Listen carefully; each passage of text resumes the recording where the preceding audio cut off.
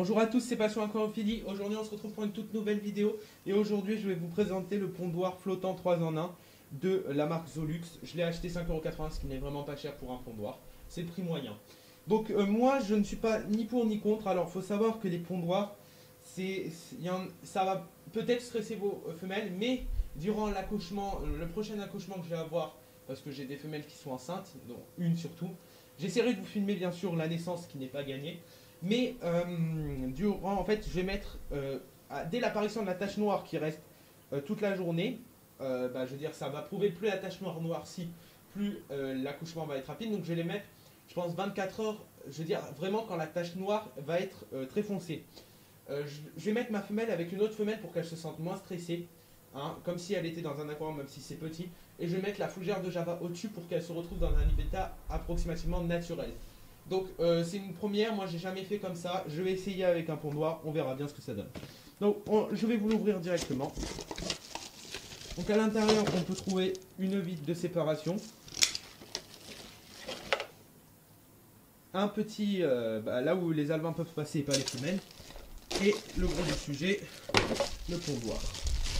J'ai avec deux ventouses. Donc, le pondoir il se présente comme ça.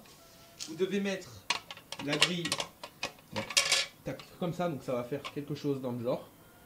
Hop, vous prenez votre vide de protection et vous mettez la partie, vous voyez, qui est un peu incurvée en dessous, vers le bas. C'est-à-dire, ça va donner ça. Si vous voulez séparer, bien sûr. Là, vous avez séparé. Moi, j'ai laissé en gros, déjà que c'est petit.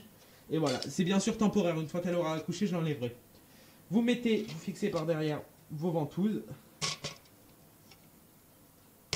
Oh putain, on se retrouve une fois que je l'ai fait. A few moments later. Voilà, j'ai mis les ventouses. Vous pouvez mettre la vitre de protection. Vous remplissez ensuite votre pondoir d'eau. Vous le fixez contre les parois. Et voilà, vous pouvez mettre vos femelles et les petits passeront bien dessous. Donc je vais vous faire un gros plan du pondoir en question. C'est celui-là.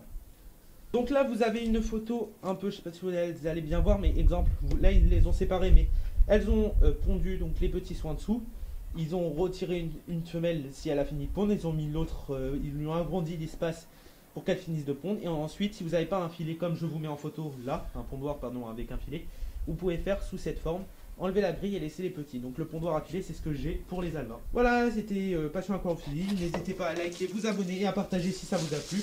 Et on se retrouve à très vite. Allez, à plus!